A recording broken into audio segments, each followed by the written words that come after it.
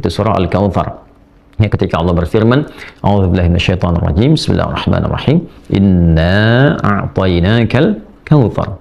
Ya, dengan keagunganku, kata Allah, ya, menggunakan ta'zimun nafsi li ta'zimi sya'ni, dengan keagunganku aku akan berikan anugerah, aku tetapkan kepadamu sesuatu yang sangat agung, sangat tinggi nilainya. Kautsar jamak dari kata kafrah, yang banyak sekali karunia-Nya, banyak kenikmatannya, tak terlukiskan. Ya, tapi Allah berikan satu pengajaran yang sangat luar biasa. Ketika Nabi SAW diberikan kenikmatan yang begitu melimpah, surga yang paling indah, yang paling komplit, ya, sampai di surat Ad-Duha itu sampai dikatakan fatarda, sampai engkau mengatakan saya ridha, saya puas ya Allah. Ya, padahal urusan nikmat itu, ya, tipikal manusia itu gak akan mengatakan puas. Dikasih sepeda pengen motor, dikasih motor pengen mobil. Tapi di surga ini saking nikmat luar biasanya sampai mengatakan fatarda, ya kan? Engkau akan mengatakan saya ridha ya Allah, saya puas. Tapi apa adabnya setelah mendapatkan itu? Fasalli li rabbika wanhar. Ya, maka ketika mendapatkan nikmat itu, ya, bukan sekedar terima kasih, bersyukur, senang, atau merasa sudah mendapatkan jaminan surga lantas berbuat ya apa saja yang diingini, tidak. Tapi Allah melatih adab di situ. Fasalli, maka sholatlah, perbanyaklah konektivitas dengan Allah, tersambung, jangan sampai punya hubungan yang tidak baik. Ya, baik itu secara fisikal, sholat kan menggunakan, ya, ibadah itu menggunakan fisik kan. Ya, wanhar, dan berkurbanlah, atau menggunakan ibadah harta. Ya, jadi ketika Allah tambahkan harta, diberikan kenikmatan, syukuri dengan harta itu seperti Allah perintahkan. Ya, ketika Allah berikan kesehatan, koneksikan diri kita dengan Allah. Ketika Allah berikan nikmat yang begitu berlimpah. Nah, pelajaran di puasa Asyura ini memberikan kesan yang serupa. Jadi jangan sampai ada orang juga menunaikan puasa Asyura tapi lupa dengan Allah. Itu poinnya. Ya, berapa banyak Anda yang diberikan kenikmatan harta oleh Allah? Apakah sudah mengingat Allah atau belum? Jadi bukan sekedar babnya Anda menahan lapar, haus dari mulai subuh sampai dengan datang maghrib, tidak. Bagaimana ibadahnya meningkat gak? Minimal sholatnya. Kalau mampu dikerjakan puasa, silahkan puasa. Kalau tak mampu pun karena alasan-alasan fisikal misalnya, alasan medis, atau dalam perjalanan yang tidak memungkinkan puasa, tidak harus memaksakan. Yang penting hikmahnya praktekan. Di hari yang sama kita berlatih untuk membangun hubungan dengan Allah lebih baik. Meningkatkan sholat, meningkatkan zikir, meningkatkan sedekah, itu poinnya. Haddatsana qala, Al-Imam Al-Bukhari menyampaikan pada kita lewat kitab dia ini, beliau mengatakan haddatsana Qutaibah ibn Sa'id haddatsana Al-Laits an Yazid ibn Abi Habib anna Araq ibn Malik haddatsahu anna Urwah akhbarahu an Aisyah radhiyallahu taala anha. Jadi sumber hadis yang terkait dengan penunaian puasa 10 Al-Muharram atau dikenal dengan Asyura itu bersumber dari sahabat mulia sekaligus juga istri Nabi Muhammad SAW dan ibunda kita tercinta, yaitu Sayyidah Aisyah radhiyallahu taala anha. Beliau menyampaikan anna Quraisyan kanat tasumu yawma Asyura fil jahiliyah thumma amara Rasulullah sallallahu alaihi wasallam bisiyamihi hatta furida Ramadan wa qala Rasulullah sallallahu alaihi wasallam man syaa falyasumhu wa man syaa afṭara. Baik, disampaikan kisah di sini terkait dengan penunaian puasa Asyura atau 10 Al-Muharram yang dimaksudkan, teman-teman. Ada latar belakang berdasarkan keterangan dari Sayyidah Aisyah bahwa di era Nabi Sallallahu Alaihi Wasallam, bahkan sejak di era jahiliyah saat Nabi awal bertugas di kota Makkah Al-Mukarramah, ditemukan bahwa suku Quraisy itu sudah menunaikan puasa ya di hari ke-10 di bulan Al-Muharram, dikenal dengan puasa Asyura. Ya, dari kata Asyrah Asyur yang berarti hari ke-10. Ya, jadi orang-orang Quraisy ini sudah terbiasa menunaikan puasa di hari itu, yang nanti ada keterangan lanjutan di hadis lain kita akan temukan, termasuk saat Nabi SAW hijrah ke Yathrib yang kelak menjadi Al-Madinah Al-Munawwarah. Jadi ditemukan oleh Nabi SAW kebiasaan orang-orang Quraisy, suku Quraisy di era jahiliyah telah menunaikan puasa Asyura, maka Nabi pun SAW menunaikan puasa dimaksud, yaitu puasa Asyura. Dan setelah tibanya, ya hatta furida Ramadan, setelah tibanya perintah untuk menunaikan kewajiban puasa Ramadan saat hijrah ke Yathrib ya atau Al-Madinah Al-Munawwarah di tahun kedua hijrah, maka Nabi SAW menyampaikan kepada sahabat-sahabat beliau, kepada umatnya, man syaa falyasumhu wa man syaa afṭar. Siapa yang masih menginginkan menunaikan puasa Asyura ini, silahkan. dia tunaikan. Tapi siapa yang kemudian juga hendak menunaikan fokus ke Ramadan saja dan tidak berpuasa Asyura ini, maka dia boleh melakukannya.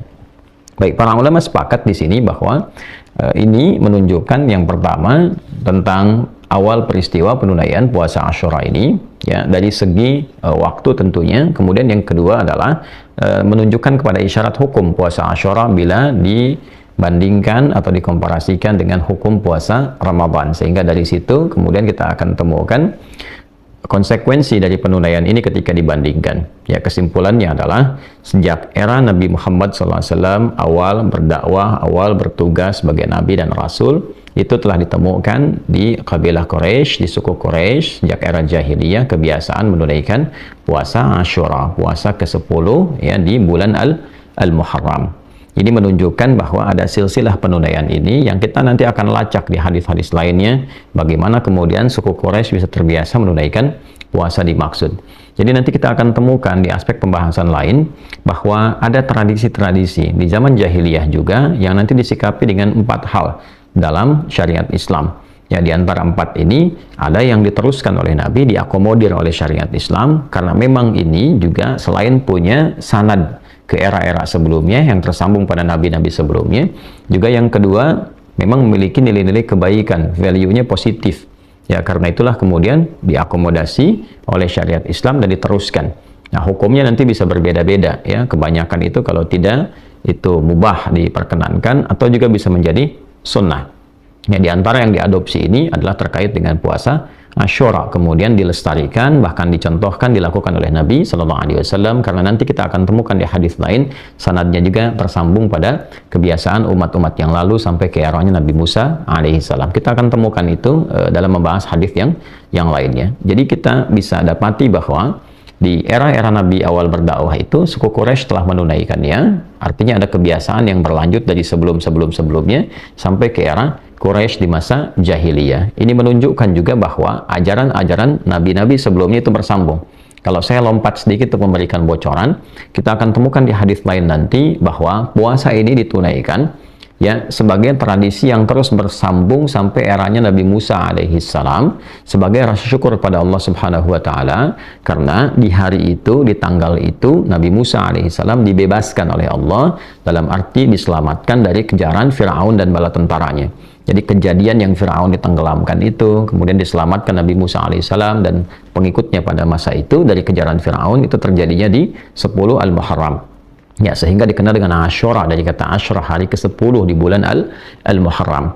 Maka untuk mensyukuri peristiwa itu, ya, orang-orang pada masa itu menunaikan puasa sebagai bentuk syukurnya kepada Allah Subhanahu wa taala. Dan ini memang standar dasar ya dalam risalah Islam itu. Islam itu kan tunduk, patuh, taat. Karena itu risalah yang dibawa oleh Nabi Adam alaihissalam sampai Nabi Muhammad SAW itu semuanya disebut dengan Islam, dalam arti kepatuhan, ketundukan, ketaatan kepada Allah Subhanahu wa taala. Nah, dalam konteks menunaikan ketundukan, kepatuhan itu nanti syariatnya disesuaikan dengan eranya masing-masing.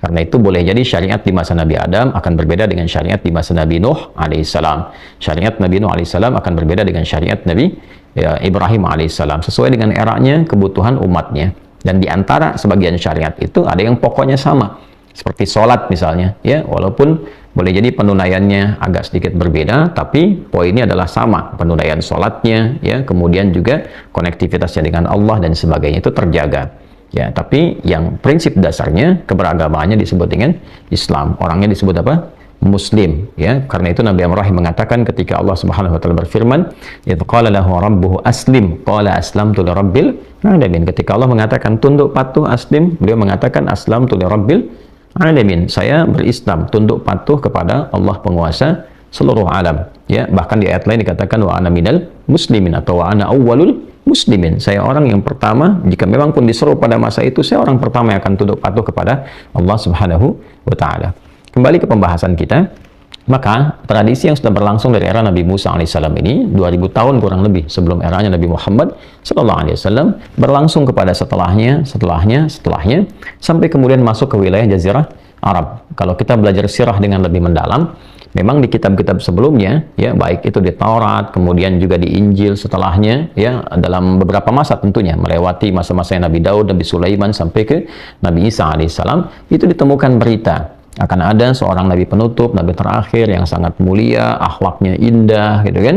Kemudian ketaatannya luar biasa, yang dia akan lahir di sekitaran wilayah Makkah itu, lantas dia akan berhijrah ya ke wilayah Yathrib yang kelak dikenal dengan Al-Madinah Al-Munawwarah. Maka dari situlah dulu orang-orang Yahudi itu sudah berusaha memenuhi wilayah-wilayah khususnya di Madinah, karena yang dikejar itu tempat menetap akhirnya. Maka mereka mulai datang, yang sebelumnya di situ banyak orang-orang Yaman, maka mulailah berdatangan orang-orang Yahudi. Maka di situ kita dapati misalnya suku Khaybar dari Yahudi ya, kemudian Bani Quraidah, Bani Qainuqa dan sebagainya itu kumpul di wilayah Al-Madinah Al-Munawwarah atau Yathrib tempo dulu, sebetulnya untuk menunggu Nabi terakhir datang. Ya, hanya karena mohon maaf ya, mereka memiliki tingkat rasialisme yang tinggi, menginginkan dari garis keturunan mereka dalam arti nyambung ke Nabi Ishaq alaihissalam, ya putranya Sayyidah Sarah yang alaihissalam. Maka ketika yang lahir adalah keturunan dari Nabi Ismail alaihissalam yang dipilih oleh Allah Subhanahu wa taala, yaitu Nabi Muhammad sallallahu alaihi wasallam, maka muncullah rasa irinya ya, dan genealogi itu hidup kembali, rasa iri hati, rasa tidak senang dan sebagainya seperti dialami Yusuf ya, mendapati perlakuan dari saudara-saudaranya. Baik, maka itu secara singkatnya bagaimana Yahudi bisa berada di Madinah, bisa kemudian itu hidup dan seterusnya. Nah, orang-orang yang di wilayah Makkah ini karena juga mewarisi bagian dari ajaran dan tradisi yang dibawa oleh Nabi Ismail alaihissalam, dan interaksi mereka dengan Yathrib juga begitu tinggi, maka itu masih kemudian terbawa tradisi-tradisi yang kemudian berjalan dari masa-masa yang dahulu. Di antaranya apa? Di antaranya melestarikan puasa Asyura atau hari ke-10 di bulan Al-Muharram. Maka hadis ini menguatkan dokumen yang ditemukan di Sahih Al-Bukhari di topik nomor ke-30 dari 97 topik itu, nomor hadis 1893, rawinya tersambung pada Sayyidah Aisyah radhiyallahu taala anha. Dan metodologi seperti ini nggak akan ditemukan kecuali dalam Islam. Jadi bisa dilacak gitu. Ya, di Yahudi itu masih ada tradisi sanad, itu masih ada.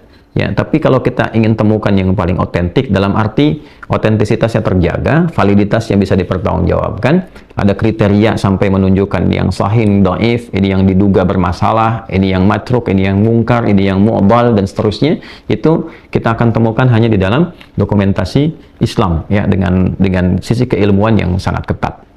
Nah, ini menunjukkan validitas dan otentisitas ini untuk kita ya, untuk umat Islam begitu harus meyakini ya. Orang di luar saja sampai orientalis begitu betul-betul mengagumi ya, dan begitu betul-betul mereka juga bahkan meyakini kebenaran itu, sehingga metodologinya dicoba untuk diikuti. Di soal itu sangat sulit.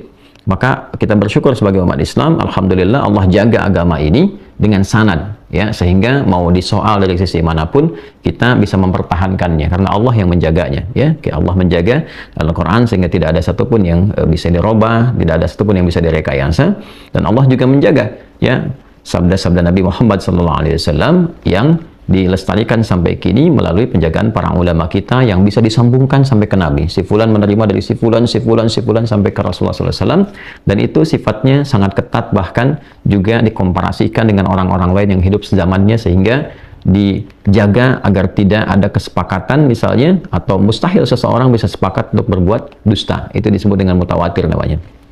Kembali ke sini, ya kurang lebih itu sejarahnya. Jadi Sayyidah Aisyah mengonfirmasi bahwa orang-orang Quraisy mendapati tradisi itu dari sebelum-sebelumnya, mereka sudah berpuasa. Jadi ketika Nabi mendapati orang-orang Quraisy berpuasa di 10 Al-Muharram, maka Nabi pun menunaikan puasa itu karena melihat itu sebagai tradisi yang dilestarikan dari era sebelumnya dan sifatnya baik sebagai wujud syukur kepada Allah Subhanahu wa taala. Nah, sebelum kita lanjutkan pembahasan mendalamnya lagi, saya ingin ambil hikmahnya dulu supaya kita mendapatkan pembahasan yang utuh. Jadi dalil, memahami, sampai ke hikmah.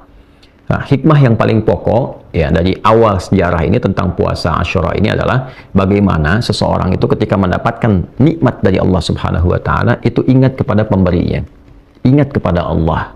Nah, dengan mengingat itulah kemudian diwujudkan sifat syukurnya pada Allah Subhanahu wa taala. Ini yang dimaksudkan dalam beberapa ayat Quran ketika Allah bahkan memberikan hadiah kepada Rasulullah SAW berupa keterangan surganya sebelum beliau wafatnya.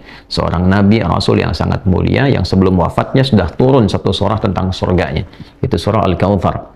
Ya, ketika Allah berfirman, A'udzubillahi minasyaitonirrajim, Bismillahirrahmanirrahim, Inna a'tainakal kautsar. Dengan keagunganku, kata Allah, ya, menggunakan ta'zimun nafsi li ta'zimi sya'ni, dengan keagunganku aku akan berikan anugerah, aku tetapkan kepadamu sesuatu yang sangat agung sangat tinggi nilainya. Kautsar jamaah dari kata kafrah, yang banyak sekali karunia-Nya, banyak kenikmatannya, tak terlukiskan. Ya.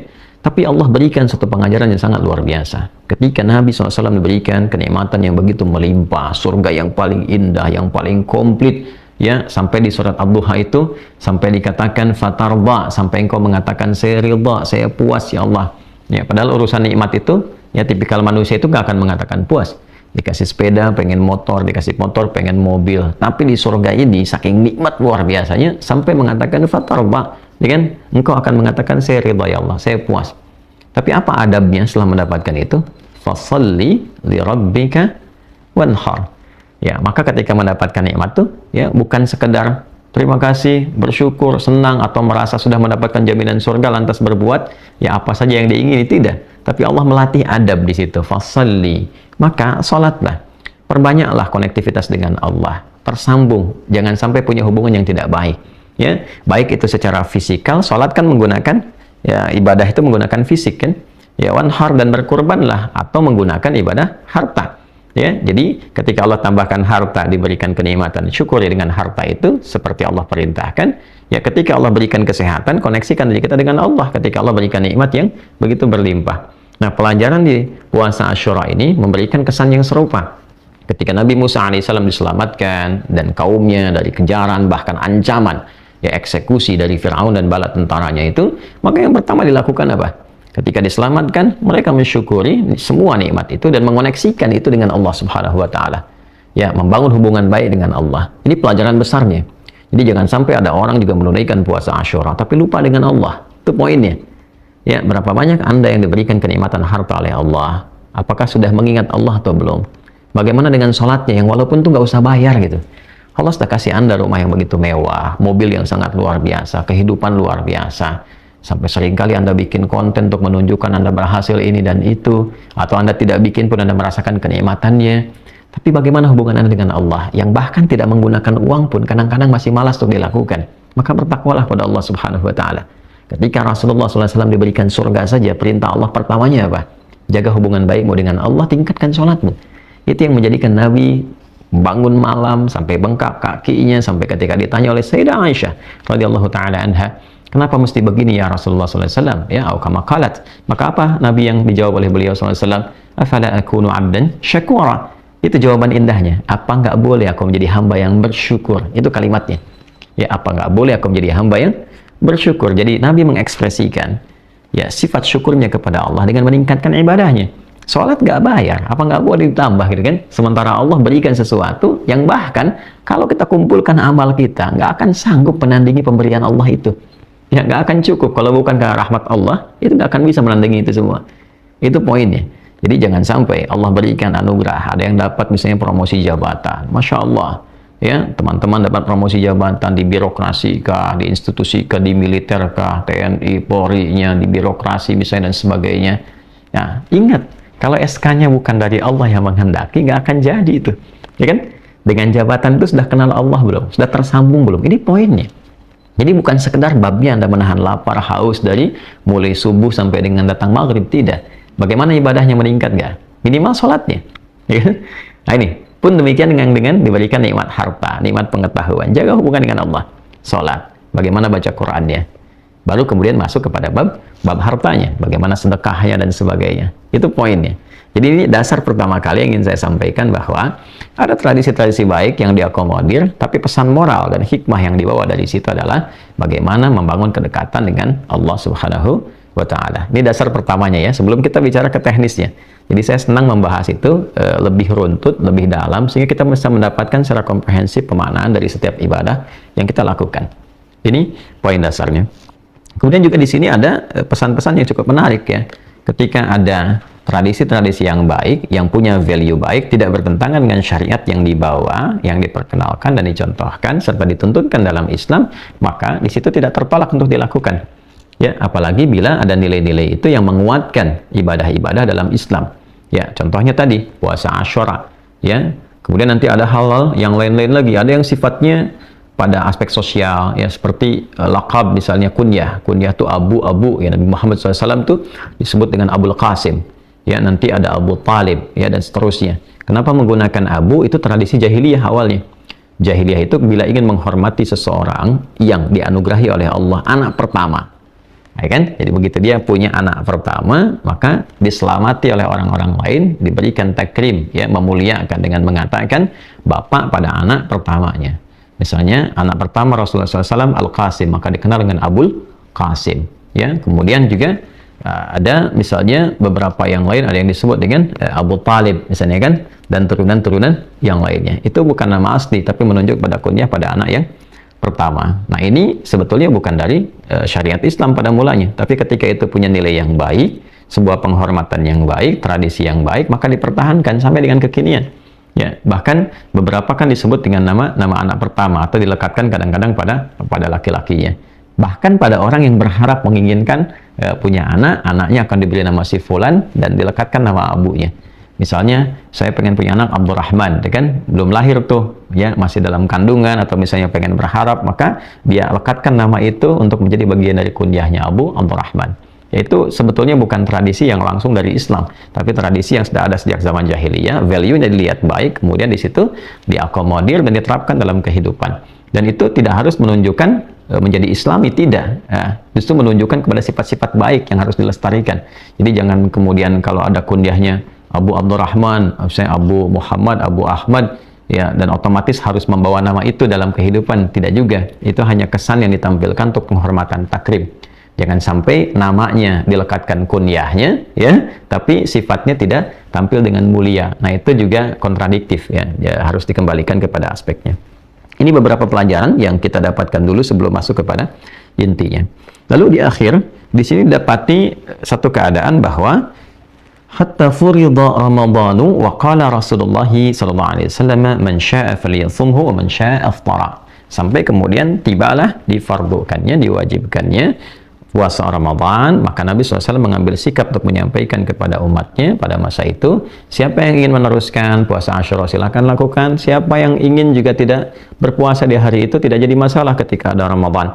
Nah, ini menunjukkan yang pertama aspek hukum bahwa puasa Asyura itu puasa 10 ya di hari ke-10 di bulan Al-Muharram itu hukumnya sunnah. Jadi bukan fardu di sini. Jadi lebih kuat Ramadan dibandingkan dengan Al-Muharram. Artinya apa? Kalau dilakukan pun ada kebaikan, ada pahala di dalamnya. Kalau tidak memungkinkan pun untuk mengerjakan itu karena kondisi-kondisi tertentu, ada uzur syar'i misalnya, maka tidak menjadi mengapa. Tidak menjadi beban dosa dan tidak harus diqadha. Jelas ya? Ini gambarannya. Jadi kalau ada yang bertanya bagaimana statusnya puasa Asyura itu? Baik, dia sunnah. Baiknya sunnah yang bahkan Nabi pernah mempraktekkan, sehingga sebagian ulama juga menggarisbawahi walaupun statusnya sunnah sangat ditekankan jadi muakkadah untuk dikerjakan, tapi bila dikomparasikan dengan Ramadan maka tetap nilai sunnah itu tidak bisa mengalahkan yang fardu, ya. Nah, di sini kenapa dikomparasikan? Supaya juga umat Islam bisa memosisikan secara proporsional. Ya, ingat ini poinnya, ini hikmahnya seperti ini, pelajarannya demikian. Kalau mampu dikerjakan puasa, silakan puasa. Kalau tak mampu pun karena alasan-alasan fisikal misalnya, alasan medis atau dalam perjalanan yang tidak memungkinkan puasa, tidak harus memaksakan. Yang penting hikmahnya praktekkan. Di hari yang sama kita berlatih untuk membangun hubungan dengan Allah lebih baik, meningkatkan sholat, meningkatkan zikir, meningkatkan sedekah, itu poinnya. Ya, sisi lain ada yang puasa, optimalkan juga hikmahnya tadi. Ya. Atau misalnya ada yang puasa tapi tidak mengenal hikmah, jadi yang didapatkan hanya apa? Ya hanya menahan lapar dan haus saja. Pahala insya Allah didapatkan sesuai dengan keikhlasan. Jadi Islam itu ada pahala yang bisa diambil dari konsep pemenuhan rukun dan syarat. Begitu kita tunaikan amalnya, ikhlas kita tunaikan, berusaha sepenuh hati kita tunaikan karena Allah, dapat pahala di sini. Ya, tapi ada yang kedua namanya hikmah. Nah, hikmah ini yang dibawa sebagai tuntunan dalam berkehidupan, pedoman. Ya, jadi wisdomnya apa dari situ? Oh, tadi wisdomnya itu membuat kita lebih baik, terkoneksi dengan Allah, ya, mampu kemudian bisa menjalin hubungan dengan orang-orang sekitaran dengan mulia, ya, ingat kebaikan, tidak melupakan kebaikan-kebaikan yang telah diberikan, apalagi sama Tuhan. Allah udah kasih banyak kok lupa sama Tuhan, ya kan? Ya, itu poin besarnya. Allah selamatkan Musa, selamatkan kaumnya, maka ingat dengan Allah, dia puasa, dia bangun hubungan baik, dia Allah kasih banyak hal pada hambanya, dikasih oksigen tiap hari gratis, Masya Allah, tiap waktu dikasih ketenangan, kenyamanan, hidup enak, bahkan harta melimpah, nggak ingat sama Allah. Nah, itu problem.